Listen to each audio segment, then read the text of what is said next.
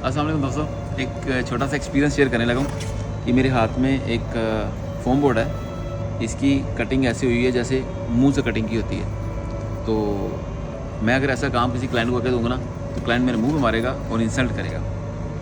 और ये काम मेरे पास भी आया था। मैंने इसकी प्राइस दी, क्लाइंट ने बोला आपकी प्राइस ज़्यादा है।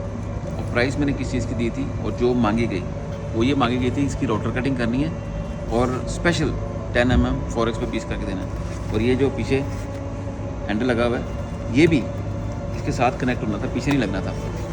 तो क्लाइंट ने बोला जी मेरे पास इतना बजट नहीं है। अब जब मैंने ये देखा कचरा काम हुआ हाथ से सारा कटिंग हुआ टेढ़ा मेढ़ा, तो मैं ये सोचता हूँ क्लाइंट ने एक्सेप्ट कैसे कर लिया। अगर यही काम मैं करके देता तो उन्होंने कभी भी एक्सेप्ट नहीं करना था।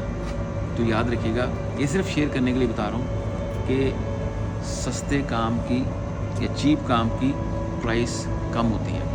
स्पेशल काम की जिसमें प्रोसेस इन्वॉल्व हो, मशीनें इन्वॉल्व हों और टाइम टेकिंग हो, क्वालिटी हो, उसकी प्राइस मुख्तलिफ होती है। तो एप्पल टू एप्पल कंपेयर करना चाहिए।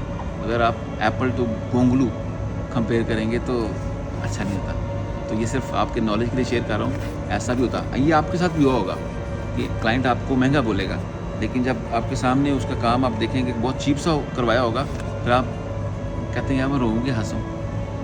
मेरी भी यही सिचुएशन है। अपना ख्याल रखिएगा।